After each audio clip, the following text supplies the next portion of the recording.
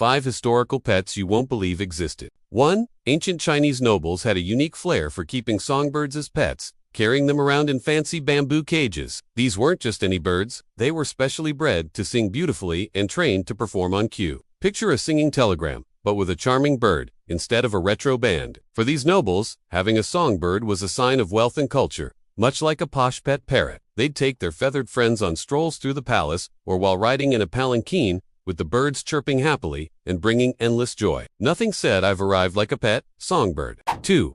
Napoleon's lobsters. French records suggest that Napoleon Bonaparte, the guy who nearly took over Europe in the early 1800s, was really into lobsters. He was known to keep them as pets, which was quite unusual at the time since lobsters weren't really a thing in France yet. They would become popular a few decades later. Napoleon would apparently gift lobsters to dignitaries as a sort of novelty pet, which is kinda creepy since we all know how much a crustacean can grow. Imagine opening your gift and having to deal with a giant snapping lobster. That could make for some very tense diplomatic dinners. 3. Maharajes in India raised elephants like some folks in the US keep pet alligators. These elephants were spoiled with jewels, baths, and personal handlers. They'd ride them into battle and use them for hunting, forming strong bonds with their riders. When the British arrived, they tried to stop the Maharajas from keeping elephants because they feared attacks. But the Maharajas insisted, "You don't get it.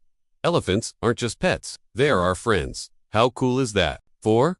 Native Americans and their eagles. Several Native American tribes, including the Apache, Cheyenne, and Crow, kept pet eagles, which they considered sacred birds. The tribes would capture young eagles and raise them as pets, sometimes keeping them in captivity for years before releasing them back into the wild. Eagles were used in rituals and ceremonies, and were sometimes even used as clan symbols. Imagine going to war with a giant eagle perched on your shoulder, screeching loudly and trying to catch fish with its talons. That sounds like a nightmare to me, but to the Native Americans, it was a way of life. 5. Ancient Roman exotic fish tanks. The wealthy Romans kept pet fish, but unlike your average goldfish, these fish were often exotic species brought in from far away. Places like Sergius Orata, a Roman senator and wealthy landowner, reportedly kept massive saltwater tanks filled with exotic fish in his home. He was so proud of his fish that he built a viewing platform so that guests could admire them from above. Most Romans didn't have the money to keep exotic pets like fish, so they would visit aquariums owned by the wealthy to marvel at the huge saltwater tanks filled with colorful fish. It was the ancient Roman version of going to the pet store. Thanks for watching. If you enjoyed this video, please subscribe and leave a comment below about what you think history will be like.